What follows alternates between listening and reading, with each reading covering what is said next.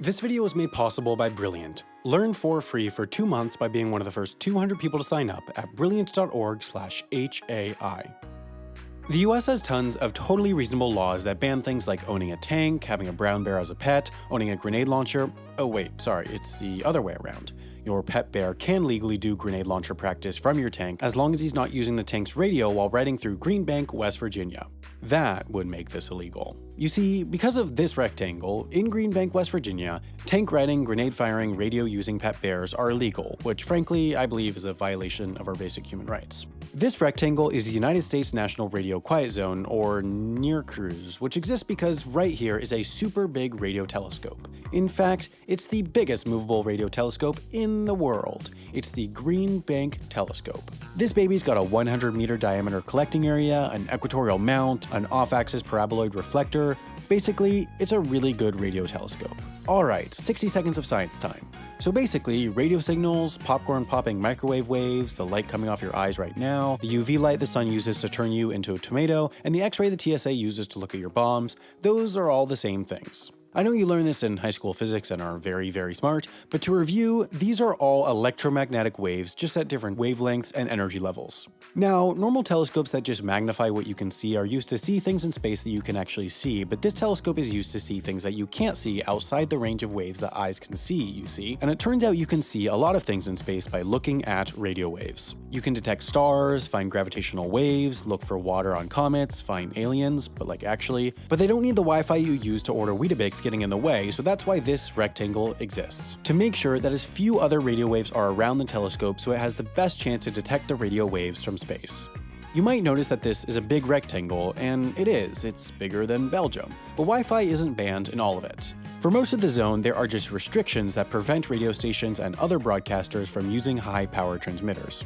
The next level of restrictions are circle-shaped, like the Earth. At 10 miles out, you're not allowed to use anything emitting more than 9 microvolts per meter. At 9 miles out, you're not allowed to use anything emitting more than 8 microvolts per meter, and 7 microvolts, 6, and so on and so forth until here, 2 miles out, where you're not allowed to use anything that emits radio waves that would get in the way of the telescope, including Wi-Fi, cell phones, and microwave ovens. The town of Green Bank falls within these restrictions, and these 10 to 2 mile circles are also where you start to see cell service disappear. These restrictions are also actual law. They're in the West Virginia Code, and breaking them results in actual consequences. For each day someone uses a violating piece of electronics within the zone, they're fined $50, but as you get closer to the telescope, the restrictions get even more restrictive.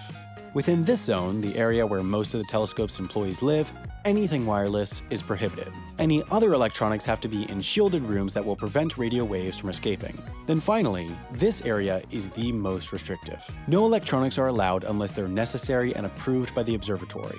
More interestingly, only diesel-powered cars are allowed as the spark plugs in gas motors emit trace amounts of radio waves. Most interestingly, the mitochondria is the powerhouse of the cell. Given the rather unique laws, some rather unique people have flocked to Green Bank.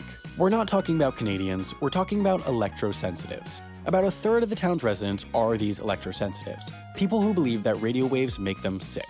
The scientific proof for the legitimacy of such an illness is about as limited as the proof that Elon Musk isn't 2 12-year-olds in a trench coat, but still, Green Bank is a haven for those who want to avoid electromagnetic waves. It's about the only inhabited modern place in the world with so few electromagnetic waves in the air.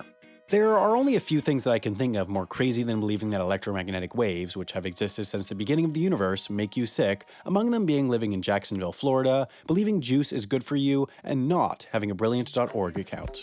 There's honestly so much relevant to this video you can learn, like about radio waves and how light works, but there's also a whole course on astronomy from which you can learn the fundamentals of this fascinating field. Brilliant is the best place to learn complex topics like astronomy because they break down these topics into easily understandable bytes explained through graphics, simple explanations, and thought-provoking questions. They make the complex simple. They also have loads of other great courses, and you can take any of them for free for 2 months by being one of the first 200 people to sign up at brilliant.org/HAI.